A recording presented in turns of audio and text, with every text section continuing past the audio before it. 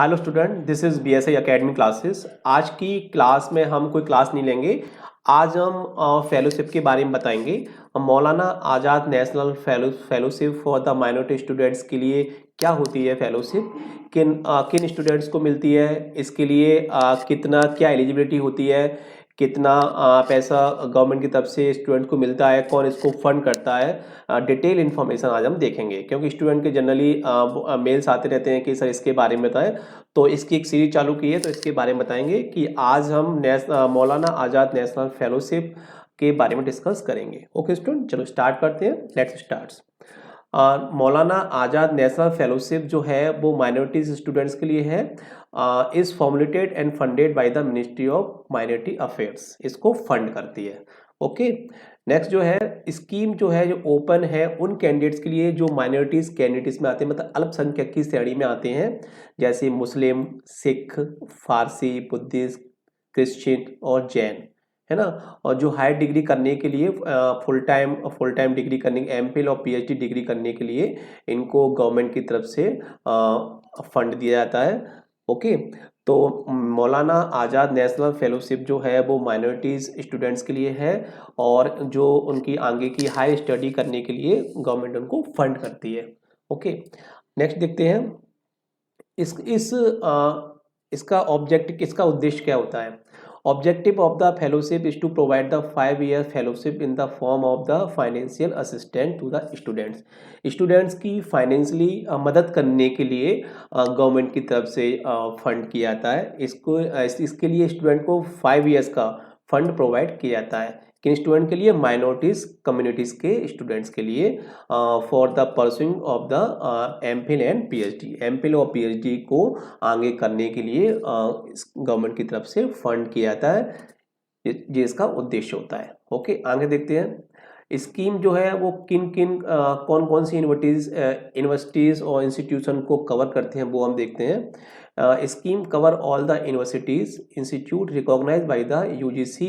जो UGC के द्वारा रिकॉग्नाइज होते हैं उन सारे इंस्टीट्यूट्स को मौलाना इसको कवर करते हैं। ओके, इसके अंतर्गत सेंट्रल और स्टेट यूनिवर्सिटीज़ जैसे deemed universities, institute by the funded by the state and central government, institute of the national importance notify the ministry of the human resource development. इन सारे इंस्टीट्यूट्स को fund किया जाता है इस स्कीम। जिस सारे इंस्टीट्यूट जो है, सारे इंस्टीट्यूट्स और यूनिवर्सिटीज़ कवर होती है, जिसके अंदर डीम्ड यूनिवर्सिटीज़, सेंट्रल, स्टेट, है ना, सारी यूनिवर्सिटीज़ आती हैं। Okay, fellowship will be implemented by the ministry of minority affair through the UGC के द्वारा इसको मिनिस्ट्री ऑफ माइनॉरिटीज अफेयर्स के द्वारा इसको इम्प्लीमेंटेड किया जाता है। इसका स्कोप क्या होता है? इसका स्कोप होता है केवल इंडिया के अंदर ही इसका स्कोप होता है। जो स्टूडेंट MPhil और फुल टाइम MPhil और PhD डिग्री करना चाहते हैं उनके लिए इनका स्कोप इंडिया के लिए, तो इंडिया के बाहर इनका कोई भी स्कोप नहीं होता है। ओके, इम्प्लीमेंटेड एजेंसी जो है वो इसकी UGC will be the nodal agency for the implementing of the fellowship. UGC जो है इसकी नोडल एजेंसी होती है इस फेलोशिप को इम्प्लीमेंटिंग करने के लिए, जिसके अंतर्गत NT-UGC नेट और CSIR नेट एग्जामिनेशन को कवर करते हैं। ओके, नेक्स्ट देखते हैं इसकी जो एलिजिबिलिटी है। एलिजिबिलिटी क्या होती है?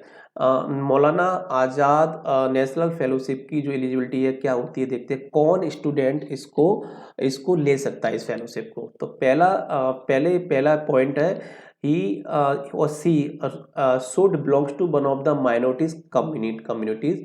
मतलब कोई स्टूडेंट इस फेलोशिप के लिए अप्लाई कर सकता है जो माइनॉरिटी मतलब अल्पसंख्यक के श्रेणी में आता है, जैसे आपके क्रिश्चियन, जैन, बुद्ध, मुस्लिम, सिख, पारसी, इन कैटेगरी में आता है, वही स्टूडेंट इस फेलोशिप के लिए अप्लाई कर सकता है। ओके, नेक्स्ट है सबसे इम्पोर्टेंट पॉइंट, जो सेकंड पॉइंट है वो है UGC नेट या CSIR UGC नेट एग्जाम जो होता है, जो क्वालिफाई कैंडिडेट हैं वही स्टूडेंट इस फेलोशिप के लिए अप्लाई कर सकते हैं। मतलब UGC नेट और CSIR के जो एग्जाम्स होते हैं UGC नेट के, उसमें जो क्वालिफाई कैंडिडेट है वही केवल इस फेलोशिप के लिए अप्लाई कर सकता है।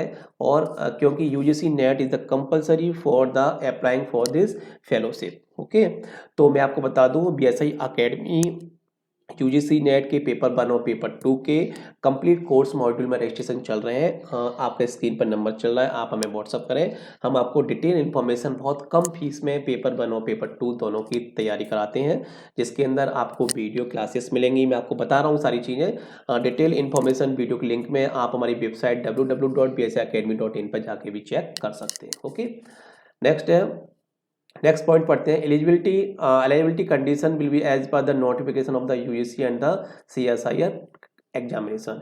एलिजिबिलिटी कंडीशन जो है वो UGC नेट और CSIR के नोटिफिकेशन के अकॉर्डिंग होगी। माइनॉरिटीज कम्युनिकेट कैंडिडेट हैं जिन्होंने पहले से ही एडमिशन ले लिया है, नेट क्वालिफाइड किसी भी नेट और पहले से एडमिशन ले लिया है और क्वालिफाई द नेट एग्जामिनेशन, और उन्होंने नेट एग्जामिनेशन क्वालिफाई कर लिया है, वो भी इस स्कॉलरशिप के लिए कैंडिडेट होंगे। और जब उन्होंने कैंडिडेट क्वालिफाई किया तब से 3 मंथ उनके लिए 3 मंथ का टाइम रहेगा जब तक उनका JRF का अवार्ड लेटर अप्लाई होता है। ओके, इस तरह से सारे पॉइंट्स है, इन जो पॉइंट्स आपके बहुत इंपॉर्टेंट है। नेक्स्ट पॉइंट है scholar is eligible for the receive only 1 fellowship. जो स्कॉलर है केवल एक टाइम में एक ही फेलोशिप ले सकता है, एक टाइम में केवल एक ही फेलोशिप ले सकता है। अगर उसे दूसरी कोई स्कॉलरशिप मिल रही है, जैसे JRF की मिल रही है या मिल रहा है, तो नहीं, केवल एक टाइम में एक ही फेलोशिप के लिए अप्लाई कर सकता है। ओके, नेक्स्ट है अगर उसका scholar does not complete his research work during the period of the fellowship shall not be eligible for apply the again. अगर उसका फेलोशिप का रिसर्च वर्क उसका कंप्लीट नहीं हुआ है तो वो फिर से इसको अप्लाई नहीं कर सकता, केवल एक बार ही ये फेलोशिप मिलती है। Okay, employ of the universities college educational institute central state government cell excluded for the availing the scholarship.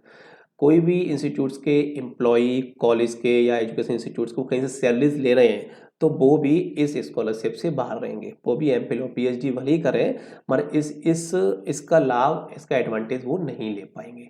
Okay, तो मैंने आपको बता दी कि सबसे ज़्यादा इम्पोर्टेंट जो एलिजिबिलिटी क्राइटेरिया वो है कि स्टूडेंट को नेट क्वालिफाइड होना is compulsory for avail this scholarship, this fellowship. Okay, मैं आपसे फिर बोलूँगा, नेट की तरह मैं बार बार इशारा कर रहा हूँ कि नेट एग्जाम क्वालिफाई करो, this is the compulsory for you. अपने सब्जेक्ट में आप डिटेल स्टडी करें और किसी अच्छे मेंटर के अंडर में स्टडी करें और तब जाके इस फेलोशिप को आप करेंगे। मोड ऑफ सिलेक्शन क्या है, नंबर ऑफ स्लॉट्स कितने होते हैं? मोड ऑफ सिलेक्शन क्या है? Total number of slots for fellowship awarded under scheme is 1000 per year. एक साल में 1000 बच्चों को स्कॉलरशिप दी जाती है। ओके, जिसमें से 75 will be the allocate for the subject the under national testing agency and 255 for the JRF, जिसमें से नेट के थ्रू जो क्वालिफाई होके आए हैं उनमें उनको 75 स्टूडेंट्स उसमें से लिए जाएंगे और 250 स्टूडेंट है वो CSIR एग्जाम्स के थ्रू क्वालिफाई होके आ रहे हैं, उनमें से लिए जाएंगे। नेट इज हेल्ड, जैसे नेट का एग्जाम साल में 2 बार होता है, तो इन अ ईयर तो 500 स्टूडेंट आपको दोनों आधे आधे करके एक ही साल में लिए जाएंगे। तो 75% और 25% स्टूडेंट है वो इसमें से आप देख लो आधे आधे हो जाएंगे, तो इस तरह से उसको लिए जाएंगे। 30% of the fellowship shall be mark for the women candidate. 30% scholarship है वो वोमेन कैंडिडेट के लिए और बाकी 70% जो है वो जनरल के लिए। Okay, in case of shortage of the women, अगर आपकी वोमेन की शॉर्टेज होती है कैंडिडेट तो fellowship will be pass the male candidate of the same minorities community. अगर जैसे जैन आपकी वोमेन नहीं है तो उसी में से जैन मेल को ट्रांसफर हो जाएगी। ओके, इस तरह सारे पॉइंट्स हैं, सारे इंपॉर्टेंट पॉइंट्स हैं, जो जनरल पॉइंट्स आप इनको स्टडी कर लेना। सबसे इंपॉर्टेंट पॉइंट है duration of the fellowship. Duration क्या होगा, फेलोशिप कब तक मिलेगी? MPhil जैसा MPhil के लिए मैक्सिमम 2 ईयर्स है और PhD के लिए 5 ईयर्स और MPhil PhD के लिए 5 ईयर्स स्कॉलरशिप रहेगी। ओके, तो MPhil के लिए 2 ईयर्स के लिए रहेगी और PhD के लिए 5 ईयर्स में 5 ईयर्स 2 ईयर्स JRF के लिए और रिमेनिंग 3 ईयर्स SRF के लिए, और MPhil PhD के लिए 2 ईयर्स JRF और रिमेनिंग 3 ईयर्स। तो सिंपल सी बात कहने का मतलब है कि MPhil अगर कर रहे हो तो ये स्कॉलरशिप आपको 2 साल मिलेगी, और अगर PhD करने जा रहे हो तो 5 ईयर्स रहेगी, 2 ईयर्स JRF और 3 ईयर SRF, और MPhil और PhD कर रहे हो तो 2 ईयर इस तरह से रहेगा। ओके, आगे देखते हैं। कितना स्कॉलरशिप मिलेगा वो भी देखते हैं। Fellowship in the science, humanities and social science, in subjects के लिए 31,000 per month for the initial 2 year, 2 साल तक के, 2 साल हर महीने 31,000 रुपये मिलेंगे। अगर आप इंजीनियरिंग बैकग्राउंड से टेक्नोलॉजी सब्जेक्ट से कर रहे हैं तो आपको 35,000 पर मंथ फॉर नहीं, इसमें क्या है, अगर आप इंजीनियरिंग सब्जेक्ट से भी हो और ह्यूमैनिटीज सब्जेक्ट से, तो आपको 31,000 स्टार्टिंग शुरू के 2 साल तक, और 35,000 आपको एसआरएफ के लिए मिलेंगे। ठीक है।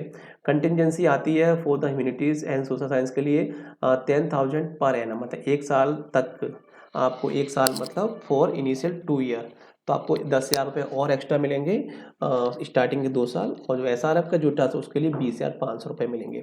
Contingency for the science, engineering and technology की 12,000 रुपये और 25,000 रुपये। तो आप ये सारे पॉइंट्स आप नोट कर लीजिए। तो सबसे मोटी मोटी जो बात है वो है, फेलोशिप का जो क्राइटेरिया है वो 31,000 रुपये और आपका 35,000 रुपये है ना। ठीक है। तो ये सारे पॉइंट्स मैंने आपको देख लिए। जो नेशनल मौलाना आज़ाद नेशनल फेलोशिप जो है वो माइनॉरिटी स्टूडेंट के लिए दिया। इंपॉर्टेंट पॉइंट्स आप एक टिक कर लीजिए।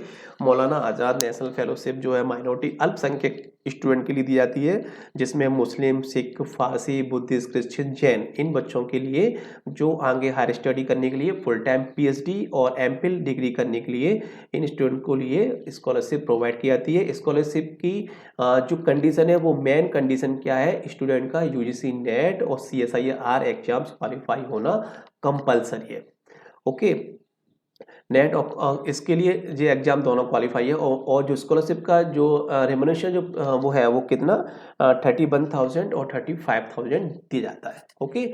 अब मैं आपको और स्कॉलरशिप के बारे में जानना हो तो आप हमारे व्हाट्सअप कमेंट करके हमें बताएं, हमें व्हाट्सअप पे अपना नंबर हमें भेजें, तो हम आपको, और यूजीसी नेट की तैयारी के लिए आप करना चाहते हो तो BSA एकेडमी की टीम आपकी पूरी हेल्प करेगी। आप हमारे जो स्क्रीन पर व्हाट्सअप नंबर चल रहा है उसे मैसेज करें, तो आपको मैं यूजीसी नेट की तैयारी का पूरा प्लान, एकदम इजी गोइंग प्लान आपको समझाएंगे किस तरह से कम समय में कम फीस में हम इसकी तैयारी को कर सकते हैं। ओके स्टूडेंट, फिर मिलते हैं एक नए वीडियोस के साथ में, नई क्लासेस के साथ में। तब तक के लिए थैंक यू।